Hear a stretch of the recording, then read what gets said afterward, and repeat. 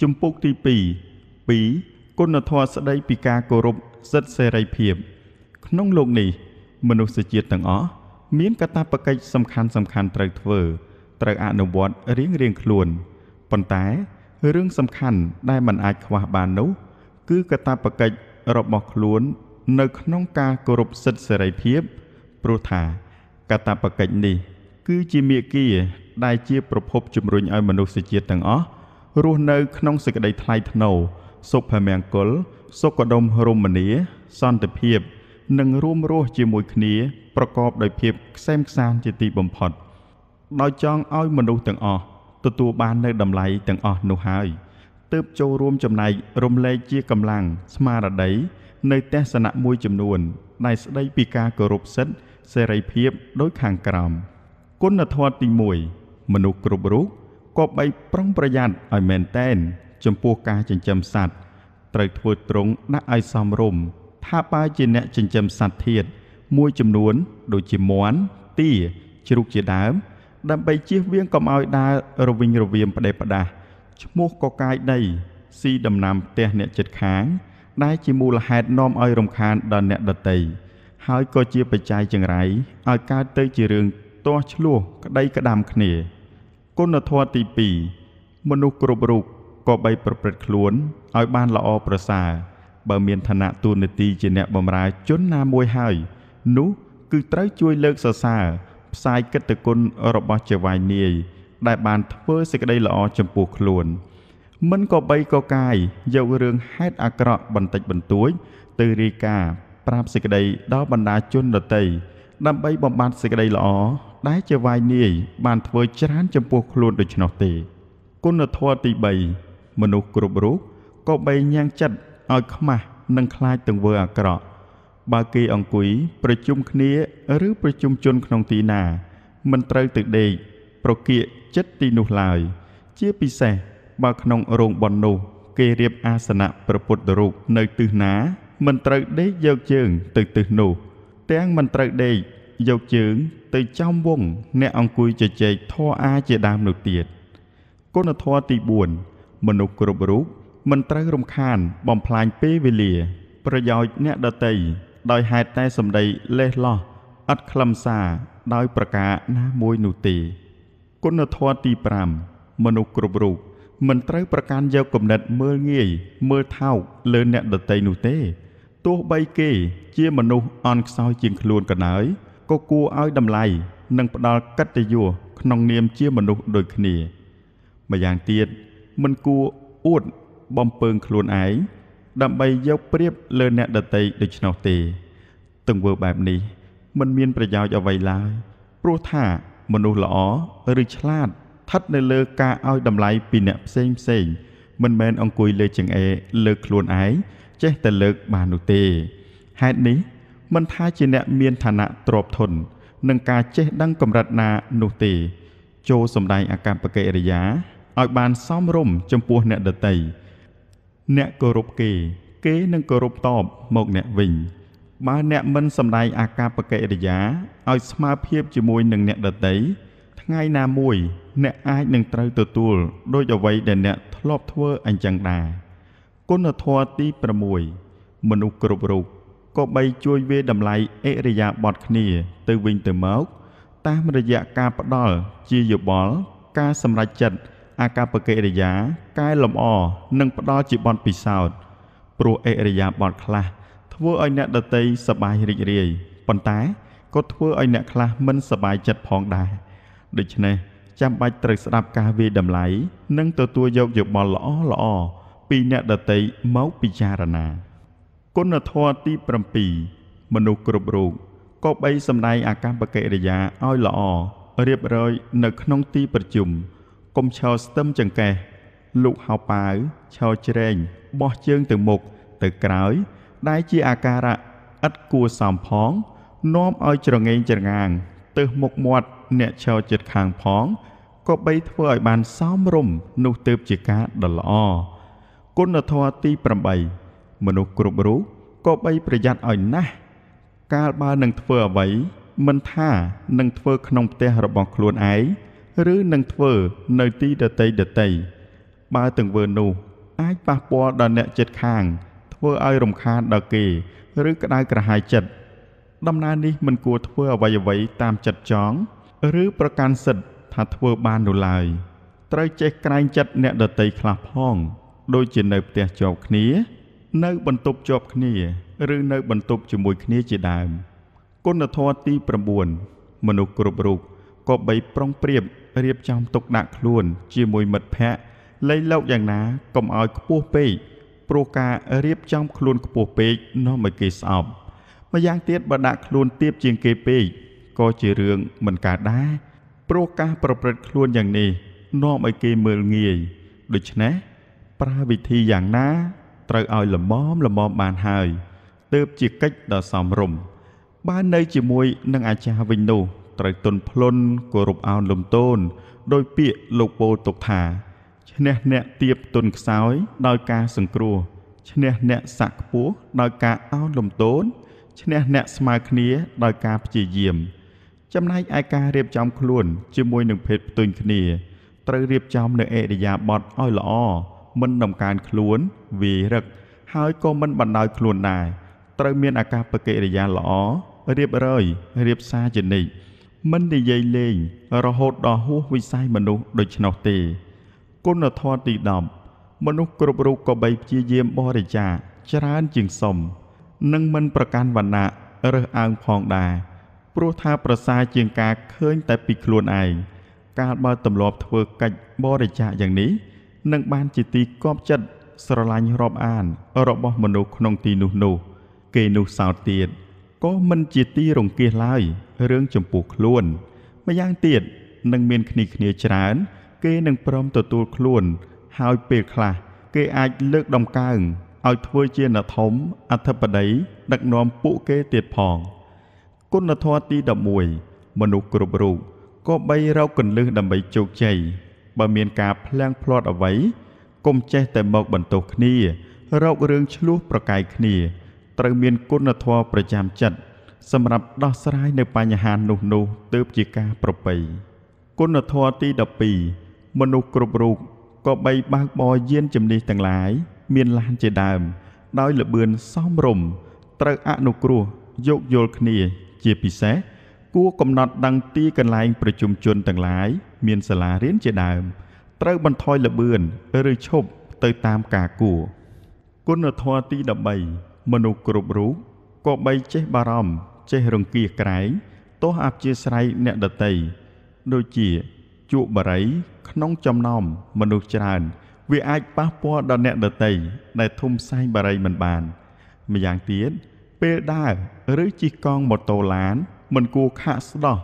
ឬក៏ចោលសម្រាមនៅទីសាធារណៈនិងហាលខោអាវរยิករយាតាមផ្ទះក្នុងទីក្រុងជាការពុំសមរម្យដែរគុណធម៌ទី14មនុស្សគ្រប់រូបមិនត្រូវធ្វើសម្លេងឮខ្លាំងទោះជាសម្លេងអ្វីក៏ដោយឲ្យខុសកាលពេលវេលាព្រោះជាហេតុនាំឲ្យរំខានដល់អ្នកដទៃមួយវិញទៀតពេលទទួលទានបាយជុំជាមួយនឹងភ្ញៀវមិនត្រូវនិយាយទាំងបាយក្នុងមាត់ខ្ជាក់ឆ្អឹងពីមាត់ចោលឥតរបៀបជ្រុះគ្រាប់បាយពីមាត់បរិភោគរួចហើយសល់គ្រាប់បាយហៀមាត់ចានចាក់ថ្មិញមិនបាំងបិទខ្ទប់មាត់ប៉ុណ្ណោះជាដើមក៏បីមានសតិហើយលះបង់នៅទម្លាប់ដ៏អាក្រក់នេះចេញកាលបើមនុស្សយើងចេះខ្លាចចិត្តអ្នកដទៃហើយរមែងមិនរំខានអ្នកដទៃឡើយយើងធ្វើអ្វីតែងតែប្រយ័ត្នជានិច្ច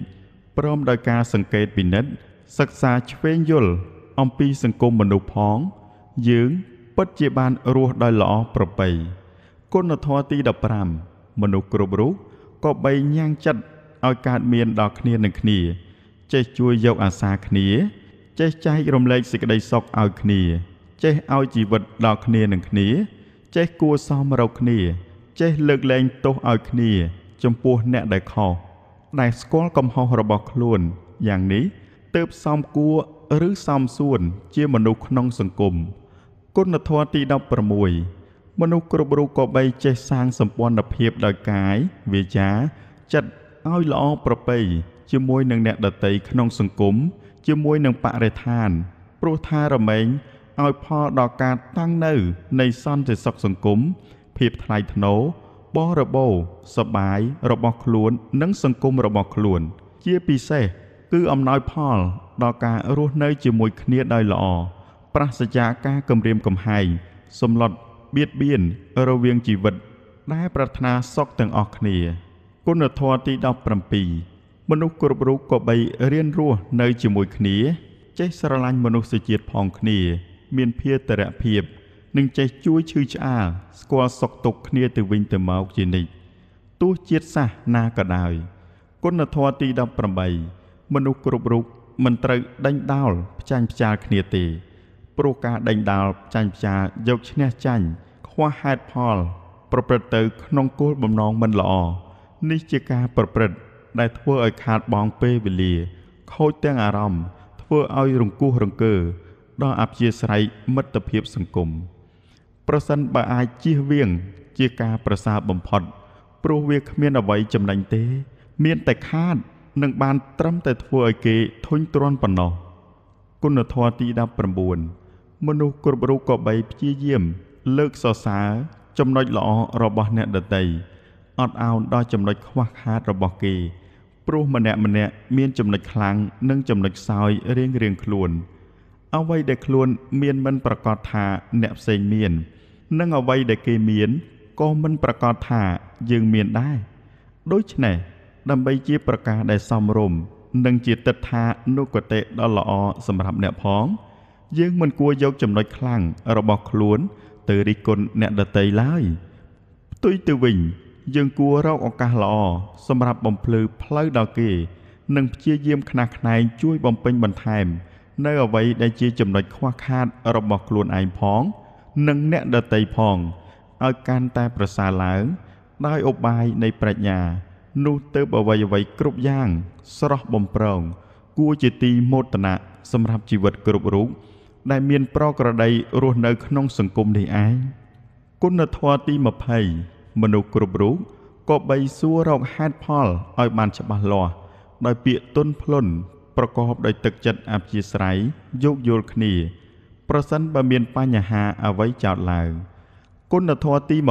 21មនុស្សគ្រប់រូបក៏បីបន្ទាបខ្លួនឲ្យបានសមរម្យនិងមជ្ឈដ្ឋានរស់នៅជុំវិញខ្លួនព្រោះជាហេតុនៃសេចក្តីស្រឡាញ់រាប់អានស្និទ្ធស្នាលនិងជួយគ្នាទៅវិញទៅមកនៅពេលមានធុរៈគុណធម៌ទី22មនុស្សគ្រប់រូបត្រូវយកបម្រាមឬវត្ថុស្មោកគ្រោកដែលមានក្លិនស្អុយជាដើមដាក់ក្នុងទីដែលសមគួរដើម្បីការពារកុំឲ្យមានក្លិនអាសោចមិនល្អនាំឲ្យរំខានខូចសុខភាពដល់អ្នកជិតខាងនោះឡើយមួយផ្នែកទៀតនៅទីធ្លាក្រៅរបងមុខផ្ទះឬជុំវិញផ្ទះក៏មិនត្រូវបោសសម្រាមពីមុខផ្ទះខ្លួនទៅចោលមុខផ្ទះគេឬយកវត្ថុអ្វីមានសម្រាមជាដើមនោះទៅចោលក្នុងដីភូមិគេយ៉ាងដូច្នោះទេគុណធម៌ទី23មនុស្សគ្រប់រូបក៏បីរក្សាភាពស្ងប់ស្ងាត់ជានិច្ចពេលយប់ឬថ្ងៃដែលជាពេលសម្រាកមិនត្រូវនិយាយឬសើចខ្លាំងឡូឡាឲ្យភ្ញាក់ផ្អើលរំខានដល់អ្នកដទៃដែលជាបច្ច័យចង្រៃរកគេសងំដេកពួនមិនបាននោះឡើយម្យ៉ាងទៀតបើមិនទាន់ដេកត្រូវនិយាយឲ្យតិចដើម្បីគោរពដល់ការដេករបស់គេផងគុណធម៌ទី24មនុស្សគ្រប់រូបក៏បីរក្សាការប្រុងប្រយ័ត្នជាប្រចាំបើបើកបិទទ្វារបង្អួចក្នុងពេលវេលាដែលត្រូវឈប់សម្រាកត្រូវបើកបិទតិចធ្វើយ៉ាងណាកុំឲ្យឮក្ដុងក្ដាំងព្រោះជាហេតុឲ្យភ្ញាក់ផ្អើលរំខានចិត្តដល់អ្នកដទៃគុណធម៌ទី25មនុស្សគ្រប់រូបក៏បីរៀនឲ្យចេះក្រែងចិត្តអ្នកដទៃបើសិក្សាទន្ទិញរៀនសូត្រឬអានសៀវភៅរឿងរ៉ាវសារព័ត៌មានជាដើមមិនត្រូវស្រែកទន្ទិញឬអានសម្លេងខ្លាំងក្នុងពេលវេលាដែលគេត្រូវឈប់សម្រាកឬដេកឡើយផ្ទុយទៅវិញត្រូវទន្ទិញឬអានឲ្យមានលក្ខណៈតិចលៃលកយ៉ាងណាកុំឲ្យរំខានអ្នកដទៃគុណធម៌ទី26មនុស្សគ្រប់រូបក៏បីធ្វើខ្លួនឲ្យជាមនុស្សដង្កាលវេលាបើខ្លួនជាអ្នកចំណូលខាងបំពេកូនចៅតិចត្រូវបំពេតិចបានហើយមិនត្រូវស្រែកច្រៀងបំពេបត់ឡ កណ្ដាលអាត្រៀតដែលជាពេលគេដេកគេពួនគេសង្ងំដោយសុខសាន្តនោះឡើយគុណធម៌ទី27មនុស្សគ្រប់រូបក៏បីគិតពីអារម្មណ៍អ្នកដទៃបើជាអ្នកប្រើវិទ្យុត្រូវបើកសំឡេងតិចតិចល្មមតែស្ដាប់ឮខ្លួនឯងបានហើយកុំបើកខ្លាំងនាំឲ្យអ្នកចិត្តខាងដែលគេមិនចូលចិត្តស្ដាប់កើតសេចក្តីធុញទ្រាន់រំខានចិត្តដោយសារខ្លួននោះទេទោះក្នុងវេលាណាក៏ដោយគុណធម៌ទី28មនុស្សគ្រប់រូបក៏បីយល់ពីអារម្មណ៍អ្នកដទៃដោយលៃពេលវេលាបើមានពិធីជប់លៀងស៊ីផឹកកំសាន្តផ្សេងក្នុងគ្រួសារដែលមានរាំច្រៀងស្រែកឡូឡាក៏មិនត្រូវប្រព្រឹត្តទៅហួសពេលវេលាដល់យប់អាត្រៀតរកគេដេកផងមិនបាននោះឡើយបើយ៉ាងយូរណាស់ដល់ម៉ោង11ឬ12យប់ត្រូវតែឈប់ព្រោះជាពេលវេលាដែលគេត្រូវដេកពួនគ្រប់គ្នាគុណធម៌ទី29មនុស្សគ្រប់រូបក៏បីរក្សាភាពស្ងប់ស្ងាត់ក្នុងពេលប្រជុំឬស្ដាប់សន្និសីទជាដើមដែលមានមនុស្សអង្គុយឬឈរផ្ដុំគ្នាជាក្រុមនោះពេលដើរទៅមកត្រូវវៀងខាងក្រោយខ្នងគេកុំដើរជ្រៀតជ្រែកកាត់វងគេឲ្យសោះសូម្បីគេប្រជុំគ្នា2-3 នាក់ក៏ដោយគុណធម៌ទី30មនុស្សគ្រប់រូបក៏បីផ្គងចិត្តអាណិតអារម្មណ៍អ្នកដទៃដោយរក្សាភាពស្ងប់ស្ងាត់បើក្នុងទីប្រជុំមិនត្រូវនាំគ្នានិយាយប្រកែកជជែកពីនេះពីនោះផ្ដេសផ្ដាសក្នុងពេលដែលកំពុងប្រុងស្មារតីស្ដាប់សេចក្តីនៃផែនការឬក៏កំពុងស្ដាប់ធម៌ទេសនាបើមានការចាំបាច់ត្រូវនិយាយខានមិនបាននោះគួរនិយាយតិចឬនាំគ្នាចេញឲ្យឆ្ងាយពីអ្នកស្ដាប់សឹមនិយាយកុំឲ្យរំខានការស្ដាប់របស់អ្នកដទៃគុណធម៌ទី31មនុស្សគ្រប់រូបក៏បីរក្សាភាពអត់ធន់ដល់ទីបញ្ចប់ពេលកំពុងប្រជុំចំនួន2ឬ3ម៉ោងជាដើមនោះត្រូវនៅឲ្យស្ងៀមមិនត្រូវនិយាយខ្លាំងដែលនាំឲ្យរំខានដល់ពេលប្រជុំត្រូវបដិញ្ញាចិត្តរបស់ខ្លួនថាអញត្រូវនៅដរាបដល់ចប់ចុងចប់ដើមដោយអិរិយាបថថ្លៃថ្នូរមិនក៏បីធ្វើខ្លួនឲ្យកើតជាសត្រូវជាមេរោគដល់ពេលប្រជុំមិនត្រូវប្រព្រឹត្តធ្វើតាមអំពើចិត្តចង់ទៅក៏ទៅចង់ក្រោកក៏ក្រោកចង់អង្គុយក៏អង្គុយនិងចង់ស្ដាប់ក៏ស្ដាប់មិនចង់ស្ដាប់ក៏ដើរចេញនោះឡើយគុណធម៌ទី32មនុស្សគ្រប់រូបក៏បីគោរពសិទ្ធិមនុស្សព្រោះវាបានអប់រំមនុស្សឲ្យរស់នៅក្នុងសេចក្តីស្រឡាញ់រាប់អានគ្នាជាបងប្អូននិងមានចិត្តមេត្តាចេះអាណិតអាសូរគ្នាមានករណាមិនឲ្យមនុស្សប្រែអំពើព្រៃផ្សៃចេះអត់ឱនឲ្យគ្នាព្រោះនៅដោយមានកិត្តិយសនិងសេចក្តីថ្លៃថ្នូរមានទំនាក់ទំនងល្អជាមិត្តភាពរវាងជាតិនិងជាតិដែលជាកត្តានាំមកនូវសន្តិភាពដល់ពិភពលោកទាំងមូល។